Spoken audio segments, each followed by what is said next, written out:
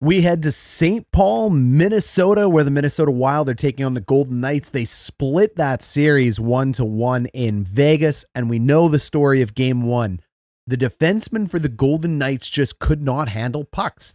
And it's odd because that is the biggest strength of the Golden Knights. They're top 4 in defense. They're top 6, really, but they have such dynamic defensemen in Theodore, Pietrangelo, Hanifin, and the crew. Minnesota exploits. Minnesota has Kirill Kaprizov back. Almost all of the offense gets driven through him, and that isn't an insult. He's just that good, and why wouldn't you deploy your superstars?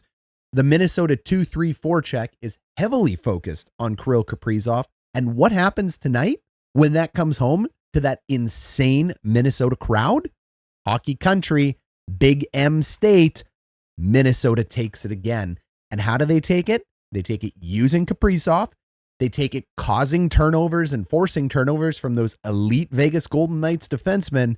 They take it using home ice energy, and Kirill Kaprizov puts his stamp on this series in this game. Goal one, Kaprizov doing his best Crosby or McDavid impersonation here. I mean, he takes it through the entire length of the ice, and momentum is your friend when you're on the power play. You can see him carrying it. It's a quick little shot. Okay, fine. That doesn't work. We've got to pick it up here. We get back into an umbrella play setup, and we're going to move it to Kaprizov on the left side. Frill the Thrill accepts the pass. We're into the 1-3-1. He has a lot of options. He can go high. He can go low. He just continues skating. He gets behind the net. He looks to make a decision and goes, nope, I could move this high. I could send this to my point man all the way up here, but I choose to keep it. And he keeps, and he gets to this spot, and he has another option here. You can bump and you can switch, or you can go ahead and find your defensive partner over here. Nope, dum-de-dum-dum-dum, dum-de-dum-dum-dum. And they switch into a completely different umbrella. I mean, he went from the shooter position all the way around the ice. We start in an umbrella. We finish in an umbrella position. He has moved himself the long way right to the top, changes an angle, quick little shot through traffic, beats Aiden Hill. The Minnesota 2-3 forecheck. Hill picks up the puck behind the net. You always want your goalies playing the puck. I know it's controversial to guys who maybe played this game or haven't played this game. There's a whole crop of old school people that say the goalie should just stay in his net. That is wrong. I hate to say it. He plays the puck around the boards. Instead of making a pass, though, he fires it. Like, I didn't agree with that. You should have bumped it to your defenseman. Anytime you can make a pass, do it. But he tries to put it high and off the glass, and I think that's a mistake by Hill. And it ends up being his undoing, because now the 2-3 forecheck of Minnesota, and you can see them get into it. If you haven't watched Minnesota games before, the 2-3 forecheck means you get 2 down low, you get your third guy up high here, close near the defenseman. You might call this a 1-2, 2-1-2 here, but it is actually a 2-3 that they run. The puck's in the corner, and what you see is them coming in late. This is the point of the 2-3 forecheck. You either get to the boards here and you help defend, or you stay high and read the play and you sneak in when the time is right. And that's exactly what Rossi's going to do here. Sneaks in when the time is right. That puck goes low to high. He ends up sneaking it through. It's off the stick of a Knights defenseman. If the Knights defenseman didn't have bad luck, they'd have no luck. More great puck luck for Minnesota because of all of their hard work. It's a defensive zone faceoff, absolutely clean win to the defenseman. And this is the sign of a team that just, they're meat and potatoes and they know it. And there's nothing wrong. I don't say that insulting. High and off the glass. Very simple play. You can never get in trouble being a defenseman going high and off the glass. And we see an opportunity here for the defenseman on Vegas to play it. They get caught reaching. You never want to have your bum out like that. It means you're reaching. He loses speed here. Now the puck is moving into your zone. That ends up negating the icing play, and you're on it. We're on to the 2-3 now. Here comes the heavy forecheck. And as you're forechecking here, take a look at the path he takes. They go to reverse it. I mean, I don't know why he's reversing it. The big thing that I notice here is that for defensemen, you're supposed to be shoulder checking here. You look left, you look right. He knows he's got a defenseman left, but he doesn't shoulder check at all. And because he doesn't, Minnesota's able to seal that wall. They seal that wall. They cause the turnover. Great play there by Boldy. Picks up the puck, steps out. Who's in front? Of course, it's Kaprizov. It's too late. It's an angle change on Hill. He's like, what the actual F just happened here? I'll tell you what. You got forechecked and it's in the back of your net. Simple little play, high and off the glass, negate the icing, sticking a bum out. bad reverse, no shoulder checks. And I think that's the story over the last 2 games with Vegas Golden Knights.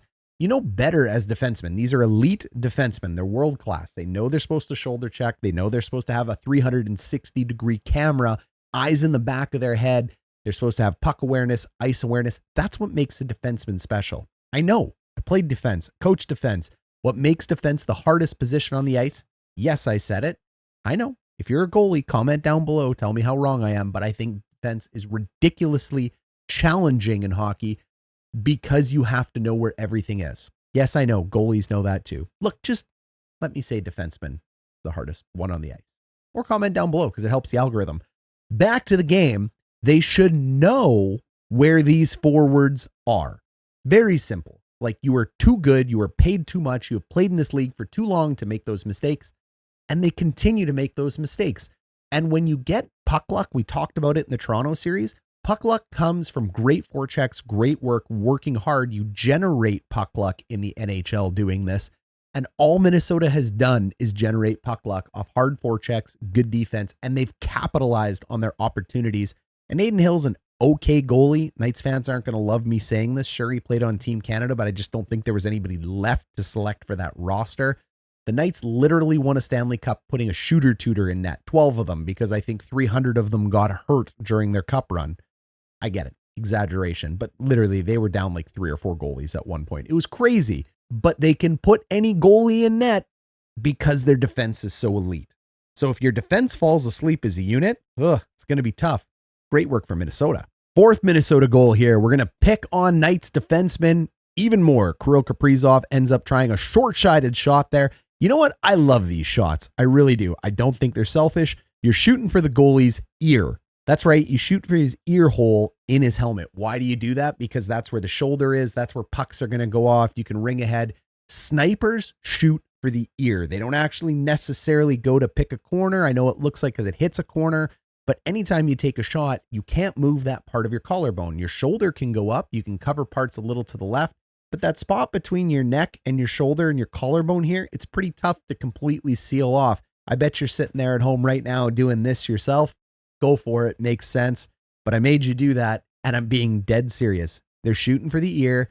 He does it right here. That's an example of it. You'll see it now that I've pointed it out in multiple NHL games. That rattles Adin Hill. I tell you, it doesn't matter if you have a helmet. That really rings your birdcage there.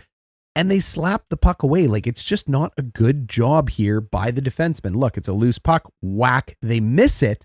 And it actually redirects as they try to clear. It's like a little slap and it redirects and goes this way. Like, you can't make this stuff up. I mean, the puck is just not working out right now for Minnesota. It ends up super high in the air. I mean, who knows? It comes off the wall in just an absolutely wild way. But things are just bouncing right for the Minnesota Wild. It comes down. Who's in front of the net? It's Kaprizov. All they do, again, meat and potatoes team, throw a puck on net. Why not? It isn't working out for Vegas, so just throw a puck at net and everything works out for you. You're the Wild. Kaprizov, it hits his chest. Like, sick. Hits his chest, bounces down, and into the back of the net it goes. There's another angle at it. I mean, Hanifin is shooting at the puck. I have no idea how he misses it. It ends up going around. And then it turns out I'm incorrect. I thought the puck was in the air at that angle. It wasn't. It was him looking off the defender. Remember when I talked about making plays, eyes in the back of your head, 360 degrees if you're a defenseman? Well, when you look off a defender like this, you actually end up tricking them. So he ends up tricking Eichel there. Maybe it causes a bit of confusion. Doesn't look like it does it for Eichel for me. But as he puts it out, it hits Kaprizov in the chest right through Hanifin. Hanifin's in fine position. It falls down and he goes, whoop, there, it's in the back of the net. You make your own luck. You put puck in the back of the net. You grind. You get down deep. The old hockey analogies you've all heard before, get pucks deep, get to the front of the net. Well, it works. It works very well. Really good job by the Minnesota Wild. They go up 2-1. I don't know if they can close out the series. Vegas is the better team, but I have a lot of hope right now, and I am hoping for the Wild. I'm okay if Vegas wins, though. Stay tuned, Vegas fans. Stay tuned, Wild fans. We'll keep breaking this down for you. If you're interested in talking more about hockey, we got a great Discord chat down below. And Wild fans, I know you come from a big M state. I know people rag on Vegas because they got into the NHL. They're, really hot. It's the desert. Why do we have hockey here? I can tell you I've been to a ton of Knights games. The fans for the Knights are lights out. They're fantastic. They know hockey. They love hockey. They are true hockey fans through and through. It isn't a bunch of corporations. It's a bunch of people saving their peanuts, going to hockey games, just like you see in M states, just like you see in Canada. They're very accommodating. They're very nice. I've sat beside so many great Vegas fans. I can't hate them anymore. There's no way for me to do it. They have completely turned me around because the great people of Las Vegas are just so kind when you go to a hockey game. So if you haven't had a chance to go to a game in Vegas and you're from Minnesota, get in a plane, get in your car, go see one of those games in Vegas, especially a playoff game. You'll have a great time.